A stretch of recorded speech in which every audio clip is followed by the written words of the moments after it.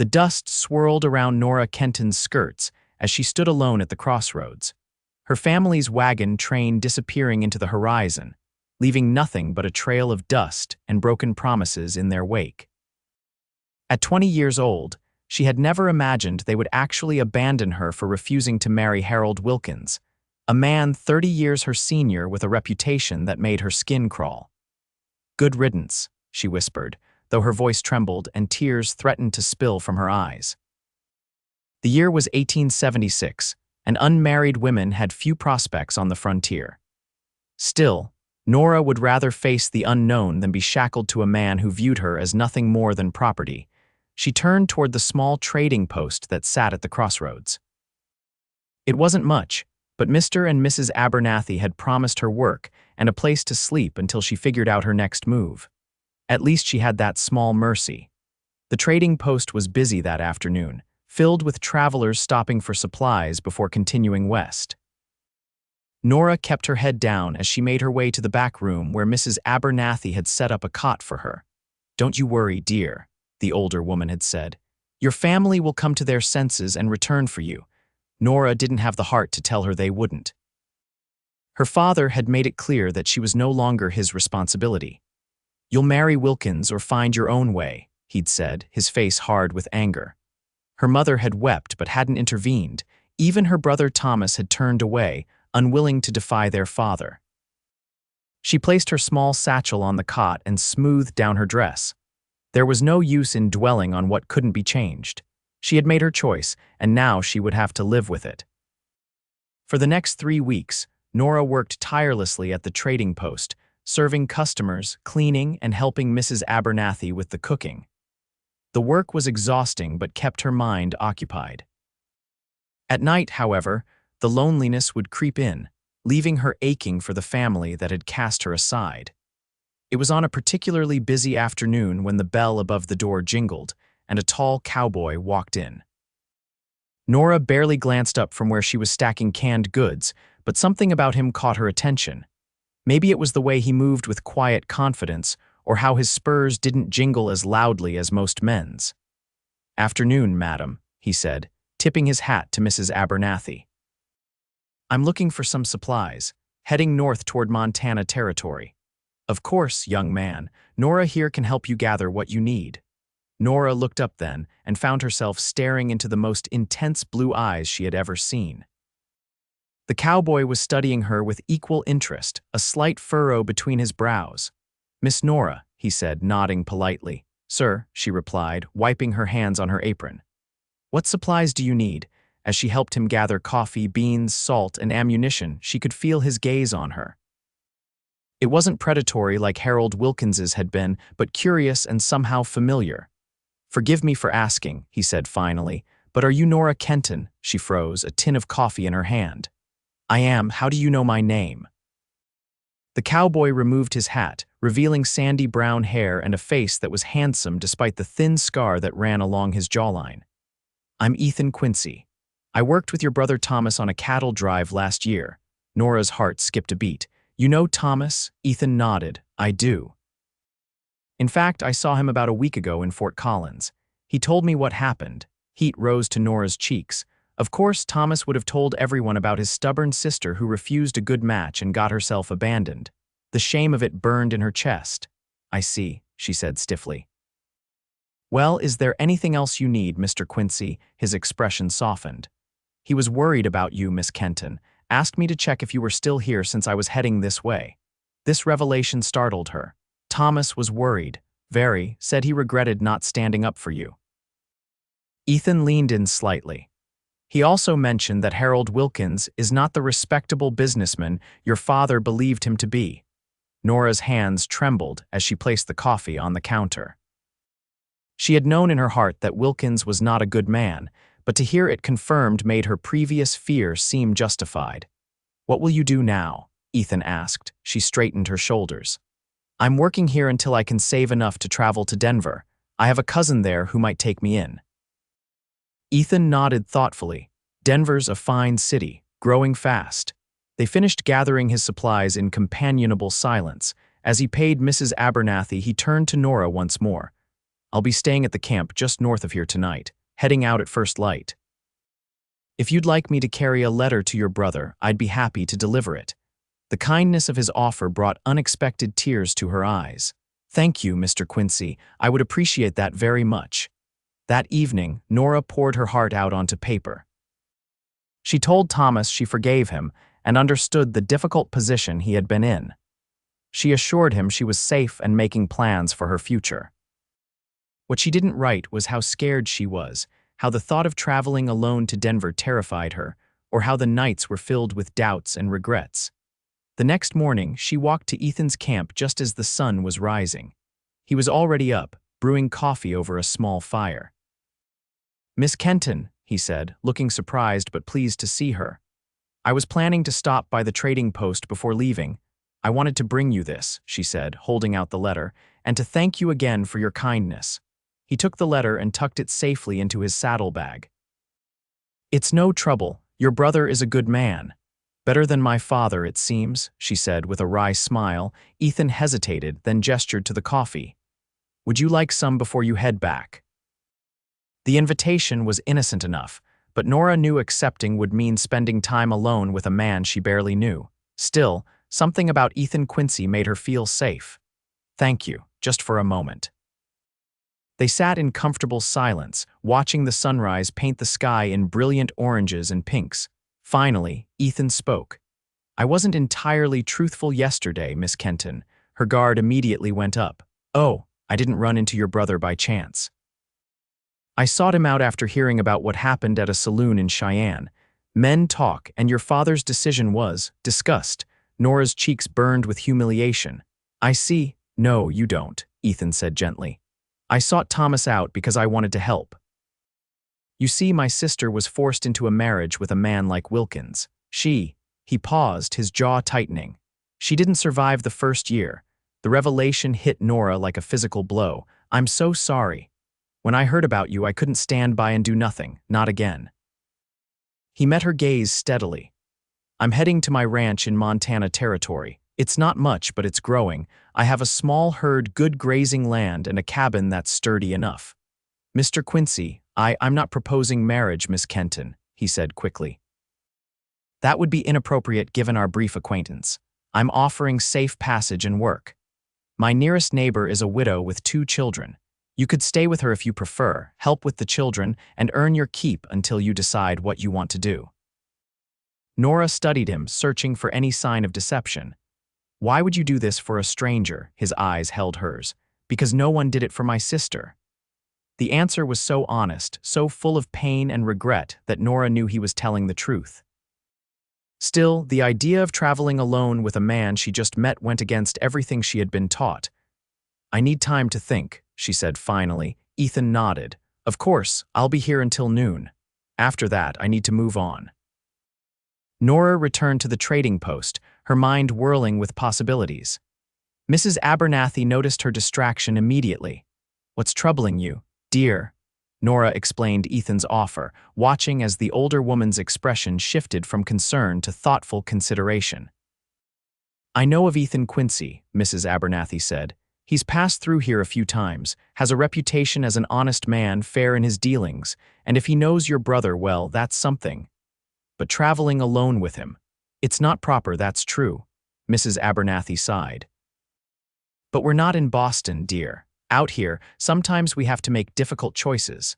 The journey to Denver alone would be far more dangerous than traveling with a man like Quincy." Nora knew she was right. The West was unforgiving to lone women. Bandits, harsh weather, illness, any number of things could befall her on the trail. "What would you do?" she asked. Mrs. Abernathy patted her hand. "I'd pray on it, then trust my instincts, and my instincts tell me that young man has honest eyes."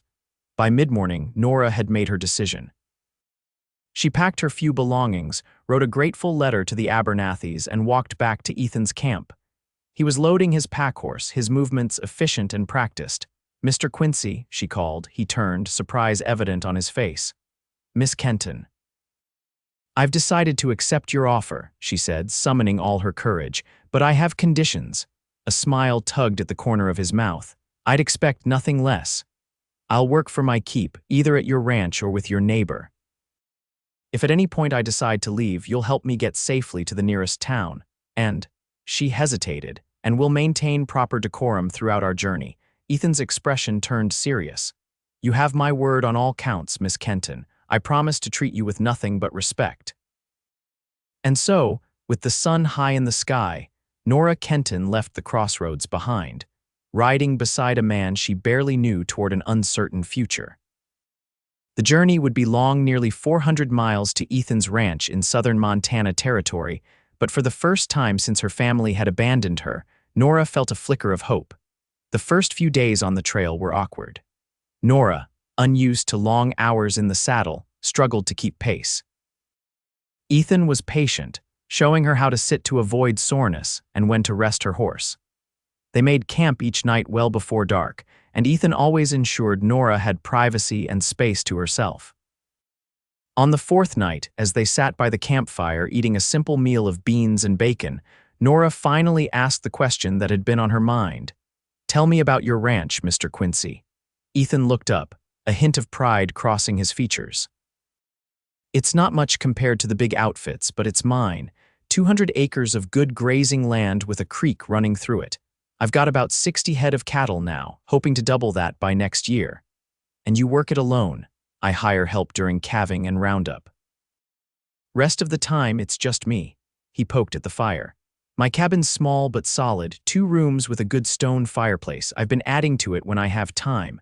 Started a vegetable garden last spring, though I'm no good at growing things." Nora smiled at that. "I could help with that. My mother always said I had a green thumb." Something shifted in Ethan's expression at the mention of her mother. "Do you miss them? Your family?" The question caught her off guard. "Yes," she admitted. "Despite everything, they're still my family. I miss my mother's singing and Thomas's terrible jokes. I even miss my father, though I can't forgive him yet for what he did." Ethan nodded. "Family's complicated. My father died when I was 14. My mother and sister were everything to me after Emma died." He trailed off, staring into the flames. "You don't have to talk about it," Nora said gently. "It was 5 years ago. She was 18, I was 22. Our mother had passed the winter before. Emma was beautiful, smart, had dreams of becoming a teacher." His voice grew tight. "George Blackwell owned half the town. He was 45 and had buried 2 wives already, set his sights on Emma. When she refused him, he called in debts our father owed, threatened to take our home." Nora's heart ached for him. "So she married him to save you both." Ethan's jaw clenched. "I should have stopped it, found another way. 6 months later, she fell down the stairs, broke her neck. Convenient accident, everyone said, but I saw the bruises before that. I knew." "What did you do?" His eyes, when they met hers, were dark with old pain. "Nothing that would bring her back. But I left town that night and never looked back. Used what little money I had to start my ranch, build something that was mine that no one could take away." The confession hung between them, raw and honest. Nora understood then why he had reached out to help her. He was trying to save another woman from the fate his sister couldn't escape. "Thank you for telling me," she said softly, "and for helping me." Ethan's expression gentled. "Get some rest, Miss Kenton. We've got a long ride tomorrow." As the days passed, they fell into a comfortable routine. They would ride from sunrise until mid-afternoon, stopping to rest the horses and eat a simple meal. Ethan taught Nora how to set up camp efficiently, how to read the weather from the clouds, and how to spot the best grazing for their horses. In turn, Nora shared stories from the books she had read, sang songs to pass the time, and slowly revealed pieces of her own life. She told him about growing up in Pennsylvania, about her father's decision to head west after the war, and about her dreams of someday having her own home and garden. What surprised her most was how easy it was to talk to Ethan. Unlike many men she had known, he listened when she spoke, considered her opinions, and never made her feel less for being a woman. By the end of the second week, Nora realized that the initial wariness she had felt was replaced by something far more dangerous: genuine affection. It was a crisp morning when disaster struck. They were following a narrow trail through a forested area when Nora's horse stepped into a hidden hole. The animal screamed in pain as it fell, throwing Nora from the saddle. She hit the ground hard, the impact knocking the wind from her lungs. "Nora." Ethan was at her side in an instant, his hands gentle as they helped her sit up. It was the first time he had used her given name, and despite the pain in her shoulder, she noticed. "I'm all right," she gasped, fighting to catch her breath. The horse Ethan's expression was grim as he turned to the animal. The horse was trying to stand, but its right foreleg was clearly broken. There was nothing to be done. With a heavy heart, Ethan drew his pistol. "Turn away," he told Nora softly. She did, tears streaming down her face as the shot rang out. The sound echoed through the trees, followed by a terrible silence. "I'm sorry," Ethan said, returning to her side. There was no other way. Nora nodded, knowing he was right but still grieving for the gentle mare that had carried her so faithfully. "What do we do now?" "We're about 3 days from the ranch. You'll have to ride with me." The prospect of sharing a saddle with Ethan for 3 days made Nora's cheeks flush. It would mean being pressed against him, his arms around her to hold the reins. The impropriety of it was undeniable. As if reading her thoughts, Ethan added, "We could try to make it to the next town, find you another horse, but it's 2 days' ride in the wrong direction." "No," Nora said, making her decision. "We'll continue on as you suggested. There's no sense in delay." And so they continued, Nora seated in front of Ethan on his sturdy gelding. The first hours were tense, both of them acutely aware of their unprecedented proximity. But as the day wore on, fatigue and practicality overcame embarrassment. By evening, Nora found herself leaning back against Ethan's chest, taking comfort in his steady presence. That night, as they made camp, something had changed between them. The careful distance they had maintained seemed unnecessary now. They sat closer by the fire, their conversations more intimate, their silences comfortable. "Tell me about the widow I'll be staying with," Nora said as they finished their supper. A strange expression crossed Ethan's face. "Sarah Jensen, good woman. Her husband Carl was my friend, died in a flash flood 2 springs ago. She has a boy of 7 and a girl of 4, and she lives near your ranch, about a mile away. Close enough that I check on them regularly, help with the heavy work." He hesitated. "Nora, you should know that there's been talk in the territory about her and me." Nora felt an unexpected twinge of jealousy. "Oh, nothing to it," he said quickly. "She's like a sister to me, but out here people talk when a single man spends time helping a widow. I've been careful to never give them reason to gossip, but still, the rumors persist." Relief flooded through her, followed immediately by embarrassment at her reaction. "People will always talk," she said lightly.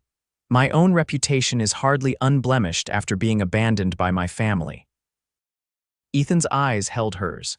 "You did nothing wrong. You refused to sell yourself to a man who would have destroyed you. There's no shame in that." His fierce defense warmed her from within. "Thank you for saying so." Next morning brought rain, a steady, soaking downpour that made travel miserable. By midday, they were both drenched and chilled. When Ethan spotted an abandoned line shack in a clearing, he guided the horse toward it. "We'll wait out the worst of it," he said, his voice close to her ear. "No sense in risking illness." The shack was small but dry, with a stone fireplace and a single room that had once held a bed frame, now broken and useless. Ethan quickly got a fire going while Nora spread their wet blankets near the flames to dry. As warmth gradually returned to the small space, Nora became acutely aware of their situation. They were alone in a single room with no chaperone, their wet clothes clinging to their bodies. Propriety demanded distance, but the cold demanded warmth. "You're shivering," Ethan observed, concern in his eyes. "You should change into something dry." Nora wrapped her arms around herself. "I have nothing dry to change into." Ethan rummaged in his saddlebag and pulled out a clean shirt. "It's not much, but it's dry."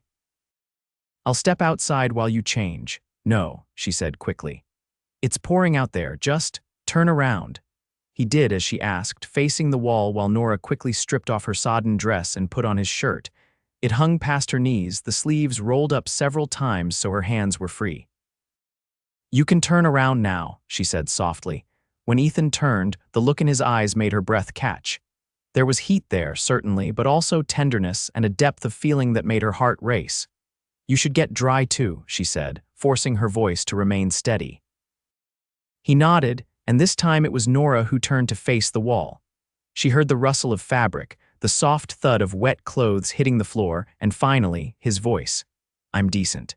She turned to find him in dry trousers and an undershirt that revealed the strong lines of his arms and chest.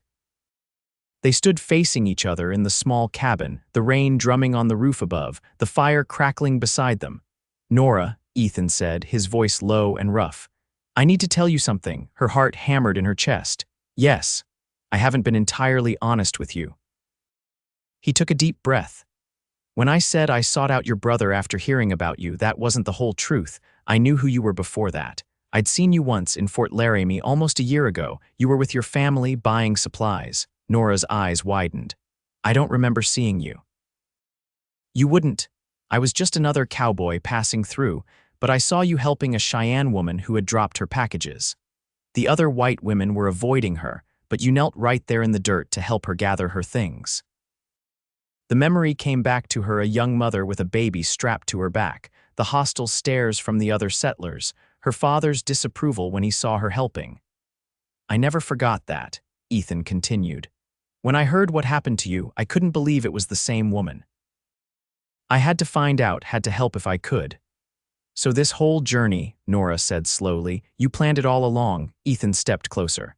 "Not exactly. I truly did run into your brother. I truly did offer to check on you. But when I saw you at the trading post, I knew I couldn't just deliver a message and ride away." "Why not?" His eyes held hers, unwavering. "Because in that moment, I realized I'd been thinking about you for a year without even knowing your name. And now that I do, now that I've spent these weeks with you, I can't imagine my life without you in it." The confession hung in the air between them, honest and vulnerable. Nora felt as though the ground had shifted beneath her feet. "Ethan," she whispered, using his given name for the first time. "What are you saying?" He closed the distance between them, stopping just short of touching her.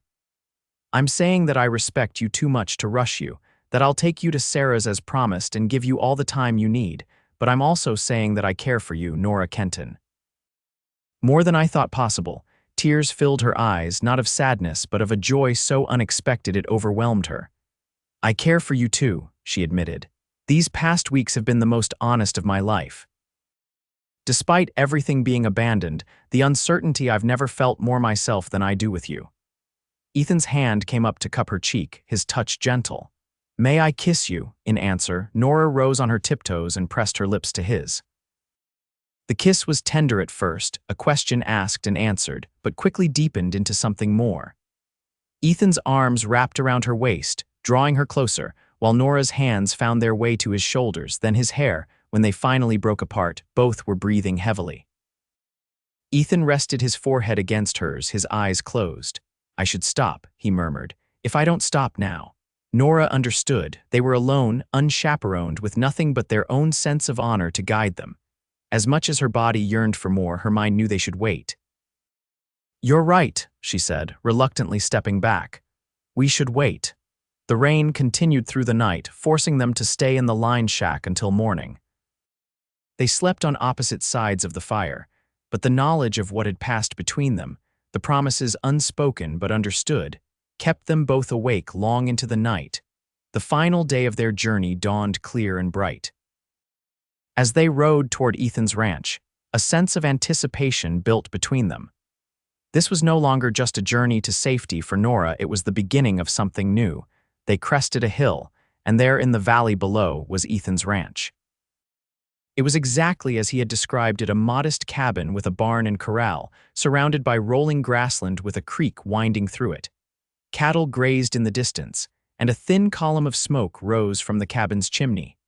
"Someone's there," Nora said, surprised. Ethan nodded.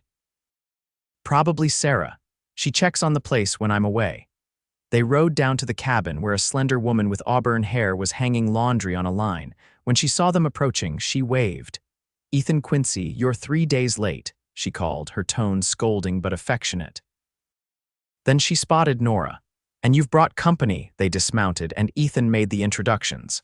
Sarah Jensen was warm and welcoming, immediately taking Nora's hands in her own. "I'm so glad to meet you," she said sincerely. "Ethan's letter said you might be staying with me for a while, but he was rather vague on the details." Nora glanced at Ethan, who looked slightly embarrassed. "Letter? I sent it before I left to find you, he admitted. Wanted to make sure arrangements were in place, just in case. Sarah looked between them, her eyes shrewd. I think you two have a lot to talk about. I'll head home to check on the children. Nora, you're welcome to come by tomorrow once you're settled. After Sarah left, Ethan showed Nora around the cabin. It was simple but well built, with a main room that served as kitchen and living area and a small bedroom. A ladder led to a loft space that Ethan explained he used for storage. It's not much, he said, a hint of uncertainty in his voice. Nothing like what you probably had back east. Nora turned in a slow circle, taking in the sturdy table he had clearly made himself, the bookshelves lined with well-worn volumes, the quilt on the bed that someone had crafted with care. It's perfect, she said honestly. It feels like a home. Relief washed over his features. It could be, he said quietly. Your home, I mean, if you wanted. Nora's heart skipped a beat. Ethan, are you asking? He took her hands in his. I know it's fast. I know we've only known each other a few weeks, but I also know that I love you, Nora Kenton. I love your kindness, your courage, your determination. I love the way you sing off-key when you think I'm not listening, and how you always stop to admire wildflowers along the trail.